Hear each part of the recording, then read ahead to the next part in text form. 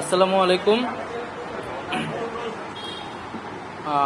আজ দুপুর 1টার সময় আমাদের প্রধান উপদেষ্টা কার্যালয় যমুনাতে আমাদের উপদেষ্টা পরিষদের একটা অনানুষ্ঠানিক বৈঠক ছিল এবং এই বৈঠকে আমি আমার একটা ব্যক্তিগত বিষয়ে আলোচনা করেছি এবং আলোচনা সাপেক্ষে আমি প্রধান উপদেষ্টা বরাবর আমার পদত্যাগপত্র জমা দিয়েছি।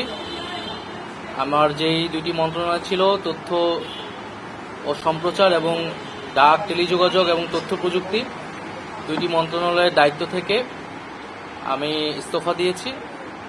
এছাড়াও এই জুলাই শহীদ স্মৃতি ফাউন্ডেশন সহ সরকারের যেই সকল কমিটিতে আমি ছিলাম, এই সকল কমিটি থেকে আমি সাথে একই সাথে ইস্তফা আমার হচ্ছে। তো মূলত একটি গণ অভ্যুত্থানের প্রেক্ষিতে 8ই আগস্ট আমরা গণ অভ্যুত্থানের প্রতিনিধি হিসেবে প্রথমে 2 জন এবং পরবর্তীতে আরও 1 জন 3 জন অন্তর্বর্তী সরকারে দায়িত্ব নেই অন্যান্য উপদেষ্টাবৃন্দের সাথে। তখন দেশের জাতীয় নিরাপত্তা এবং গণ অভ্যুত্থানের আকাঙ্ক্ষা বাস্তবায়নের লক্ষ্যে আমাদের সেই সময় দায়িত্ব গ্রহণ করাটা আমাদের কাছে মনে হয়েছিল যৌক্তিক।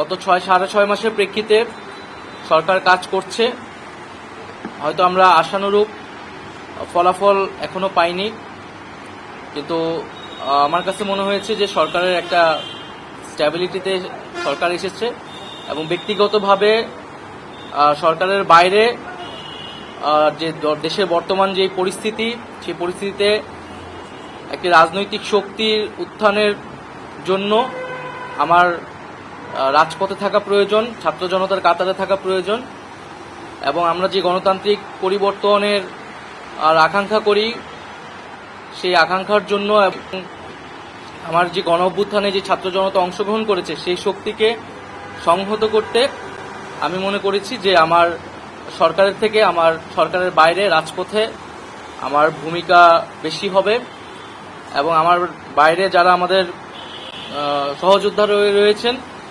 তারাও এটি চান এবং সেই প্রেক্ষিতে আমি মূলত আজকে পদত্যাগপত্র জমা দিয়েছি। তো গত 6 মাসে আমি আমার জায়গা থেকে চেষ্টা করেছি কাজ করে যাওয়ার।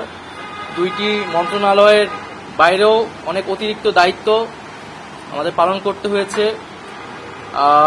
আমরা চেষ্টা করেছি এবং মন্ত্রণালয়গুলোতেও আমরা কিছু কাজ করেছি। সেই কাজের ফলাফল হয়তো সামনে জনগণ পাবে। 6 মাস খুবই কম সময়, তারপরও আমি হয়তো চেষ্টা করেছি, আমার কাজ আর ফলাফল সেটা জনগণ মূল্যায়ন করবে।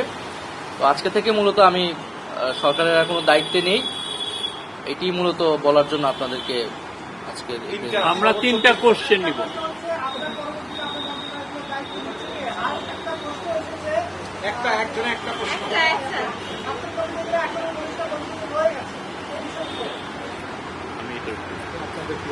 আমার পরে দায়িত্ব নিবে এটা আসলে ক্যাবিনেটে, পরবর্তীতে এটা ক্যাবিনেট ঠিক করবে, উপদেষ্টা পরিষদই ঠিক করবে।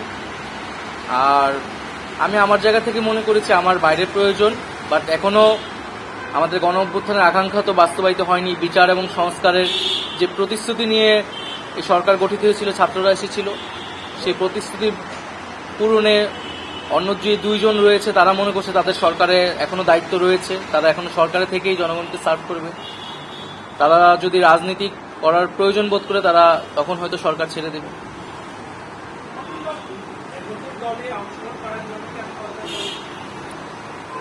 হ্যাঁ, নতুন যে রাজনৈতিক শক্তি এবং দল গঠন হচ্ছে, আমি সেখানে অংশগ্রহণ করতে আমার অভিপ্রায় আছে এবং জনগণের সাথে মিশে আবারও জনগণকে ঐক্যবদ্ধ করা এবং আমাদের যে গণ অভ্যুত্থান এর যে প্রতিশ্রুতি সেটা বাস্তবায়নে মাঠে থেকে কাজ করার লক্ষ্যেই আমি সরকার থেকে পদত্যাগ করছি।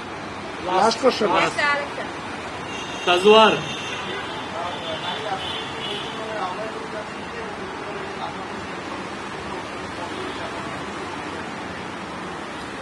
এটার জন্য আপনাদের দলটির যেদিন ঘোষণা 28 তারিখ, সেদিন পর্যন্ত অপেক্ষা করতে হবে, সেদিনই এটা জানা যাবে। নারীদের মধ্যে থেকে একটা কোশ্চেন নিব। নারী কেউ আপনি সাজেদা জি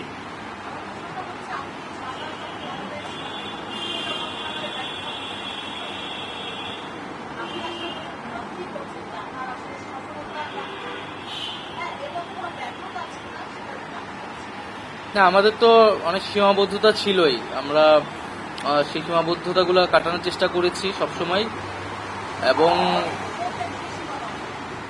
এখানে সীমাবদ্ধতা ছিল, আমলাতান্ত্রিক জটিলতা ছিল। আমরা এসে এই ব্যুরোক্রেসিকে যেভাবে পেয়েছি, এখানে পুলিশ যে তার আত্মবিশ্বাসের ঘাটতি হয়েছে আন্দোলনের পরে, এবং একই সাথে এখানে এই জুলাই গণহত্যাকারীদের, জুলাইয়ের যারা গণহত্যাকারী তাদেরকে গ্রেফতারের বিষয়টা, বিচারের বিষয়টা, সেই বিষয়ে আমাদের কিছু সীমাবদ্ধতা থাকা সত্ত্বেও আমরা কাজ করেছি। আমি জনপ্রশাসন কমিটির একটা দায়িত্বে 2 সপ্তাহের মতো ছিলাম।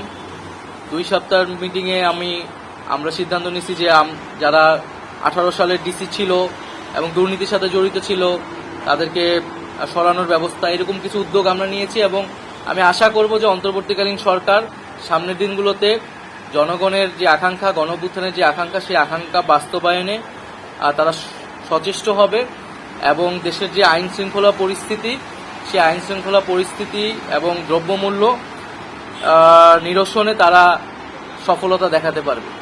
ধন্যবাদ।